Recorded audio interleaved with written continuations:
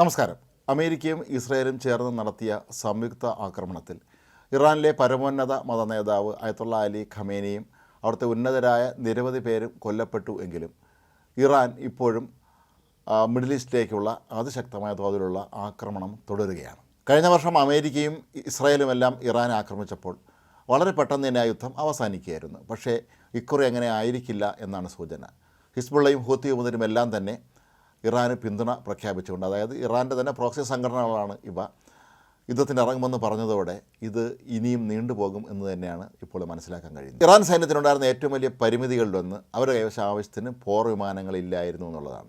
കാരണം അമേരിക്ക തന്നെ അവർക്ക് വിലക്കേർപ്പെടുത്തിയ സ്ഥിതിക്ക് അവിടെ നിന്നുള്ള ഏറ്റവും നൂതനമായ യുദ്ധവിമാനങ്ങളൊന്നും തന്നെ ലഭ്യമല്ലാത്ത അവസ്ഥ വന്നു. മാത്രവുമല്ല, അവരുടെ കൈവശമുണ്ടായിരുന്ന നേരത്തെ അമേരിക്കയിൽ നിന്ന് വാങ്ങിയ യുദ്ധവിമാനങ്ങളുടെ ഒന്നും തന്നെ സ്പെയർ പാർട്ടുകൾ വാങ്ങാൻ പറ്റാത്ത അവസ്ഥയും ആയി.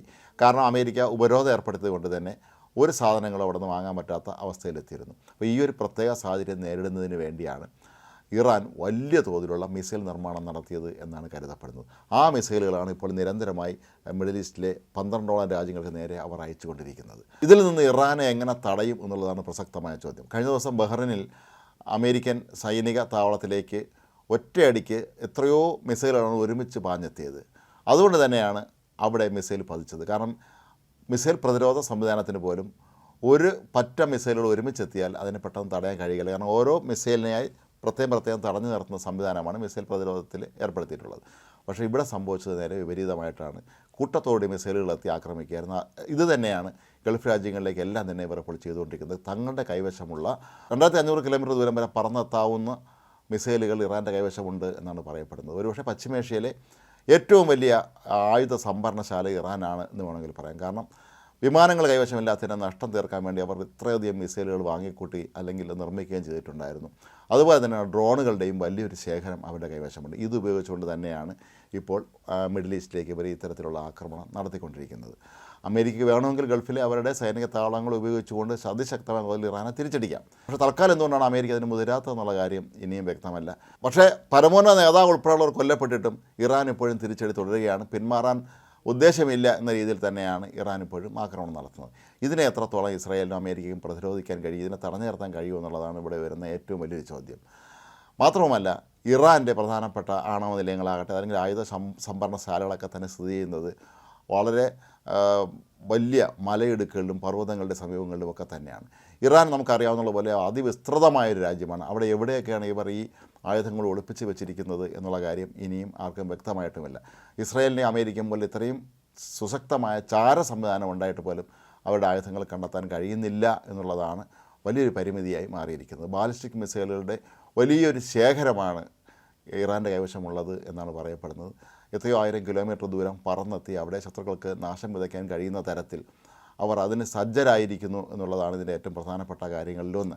കഴിഞ്ഞ ദിവസം അമേരിക്കൻ പ്രസിഡന്റ് ഡൊണാൾഡ് ട്രംപ് പറഞ്ഞത് ഇറാൻ്റെ മിസൈൽ ലോഞ്ചറുകളെല്ലാം ഞങ്ങൾ തകർക്കുമെന്നാണ്. പക്ഷേ ഇപ്പോഴും മിഡിൽ ഈസ്റ്റ് രാജ്യങ്ങളിലേക്ക് നിരന്തരമായി ഇറാനിൽ നിന്ന് മിസൈലുകൾ പാഞ്ഞെത്തിക്കൊണ്ടിരിക്കുന്നത് സൂചിപ്പിക്കുന്നത് അതൊന്നും തന്നെ ചെയ്യാൻ അമേരിക്കയ്ക്ക് കഴിഞ്ഞിട്ടില്ല എന്നാണ്. മാത്രമല്ല, അമേരിക്കയുടെ ഒരു F-15 യുദ്ധവിമാനം തകർന്നു വീഴുകയും കൂടി ചെയ്തതോടുകൂടി ഇറാൻ ഇപ്പോഴും പ്രതിരോധ തീർത്ത് കൊണ്ട് തന്നെ മുന്നേറുകയാണോ എന്ന് സ്വാഭാവികമായും സംശയിക്കേണ്ടി വരും. നമുക്കറിയാം, യുക്രൈൻ റഷ്യയും തമ്മിൽ യുദ്ധം ആരംഭിച്ചപ്പോൾ വളരെ പെട്ടെന്ന് തന്നെ റഷ്യ അത് വിജയിക്കുമെന്ന്, യുക്രൈൻ പരാജയപ്പെടുമെന്ന് കരുതിയെങ്കിലും വർഷങ്ങളായി ഇപ്പോഴും യുദ്ധം തുടരുകയാണ്.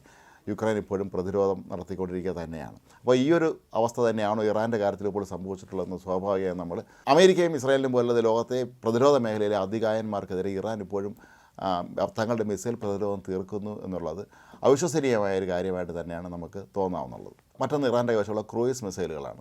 ഇപ്പോൾ വളരെ പറന്ന് പോകുന്നതുകൊണ്ട് തന്നെ റഡാറുകളുടെ കണ്ണിൽ പെടാതെ തങ്ങളുടെ എതിരാളികളെ നേരിടാൻ ഇത് ഉപയോഗിച്ചവർക്ക് സാധിക്കും. ഇതിൻ്റെ എല്ലാം തന്നെ വലിയ ശേഖരം ഇറാൻ്റെ കൈവശമുണ്ട് എന്നുള്ളത് തന്നെയാണ് ഇപ്പോഴും ഇസ്രായേലിനെയും അമേരിക്കയും അമ്പരപ്പിക്കുന്നത്. മറ്റൊന്ന് ഡ്രോണുകളാണ്. ഇറാൻ്റെ തലസ്ഥാനമായ ടെഹ്റാനിൽ ആയിരക്കണക്കിന് ഡ്രോണുകളാണ് ഇവർ നിർമ്മിച്ച് തയ്യാറാക്കി നിർത്തിയിരുന്നത് എന്നാണ് പറയപ്പെടുന്നത്. യുദ്ധവിമാനങ്ങൾക്ക് പകരം ഡ്രോണുകൾ എങ്ങനെ ഫലപ്രദമായി ഉപയോഗിക്കാം എന്നുള്ളത് മറ്റേത് രാജ്യത്തെക്കാളും ഇപ്പോൾ ഇറാന് നന്നായിട്ട് അറിയാം എന്നാണ് മനസ്സിലാക്കാൻ കഴിയുന്നത്. ഇനിയും ഒരു പ്രതിസന്ധിയുള്ളത് ഹോർമുസ് കടലിടുക്കാണ്. ലോകത്തെ പ്രധാനപ്പെട്ട രാജ്യങ്ങളിൽ നിന്നെല്ലാം തന്നെ, പ്രത്യേകിച്ച് ഗൾഫ് രാജ്യങ്ങളിൽ നിന്ന് എണ്ണ കൊണ്ടുപോകുന്നത് ഹോർമുസ് കടലിടുക്ക് വഴിയാണ്. ഇതിൻ്റെ വലിയൊരു ഭാഗം ഇറാൻ്റെ കൈവശമാണ്. ഇറാൻ ഇത് അടയ്ക്കുകയാണെങ്കിൽ പിന്നീട് ഇന്ധന നീക്കം തടസ്സപ്പെടും. ഇത് ലോകത്ത് തന്നെ വലിയ തോതിലുള്ള പ്രതിസന്ധി സൃഷ്ടിക്കും എന്നുള്ള കാര്യവും ഉറപ്പാണ്. അപ്പോൾ അങ്ങനെ നോക്കുമ്പോൾ ഈ യുദ്ധം നീണ്ടുപോകാൻ തന്നെയാണ് സാധ്യത. അതിനിടയിൽ മറ്റാരെങ്കിലും ഇടപെട്ട് ഈ യുദ്ധത്തിനൊരു പരിഹാരം കണ്ടെത്തിയില്ലെങ്കിൽ ഇത് നീണ്ടുപോകാൻ തന്നെയാണ് സാധ്യത എന്നാണ് ഇപ്പോൾ പറയപ്പെടുന്നത്. അമേരിക്ക ഇസ്രായേലിനെ സംബന്ധിച്ചിടത്തോളം അവർ വലിയ ശക്തി തന്നെയാണ്, ഒരു സംശയവും വേണ്ട. പക്ഷേ ഇപ്പോഴും ഇറാന് പിടിച്ചു നിൽക്കാൻ കഴിയുന്നു എന്നുള്ളത് എന്തുകൊണ്ടാണെന്നുള്ള കാര്യം വ്യക്തമായിട്ടില്ല. പക്ഷേ യുദ്ധം തുടരുക തന്നെ ചെയ്യും. ട്രംപ് പറഞ്ഞിട്ടുള്ള 4 ആഴ്ച എന്നാണ്. ഒരുപക്ഷെ 4 ആഴ്ചയിലും കവിഞ്ഞും ഒരുപക്ഷെ യുദ്ധം നീളാനുള്ള സാധ്യത തള്ളിക്കളയാൻ കഴിയുകയില്ല. എങ്കിലും ഇറാൻ എങ്ങനെയാണ് പ്രതിരോധം തീർക്കുന്നത് എന്നുള്ള കാര്യം തന്നെയാണ് ഇപ്പോഴും എല്ലാവരെയും അതിശയിപ്പിക്കുന്നത്.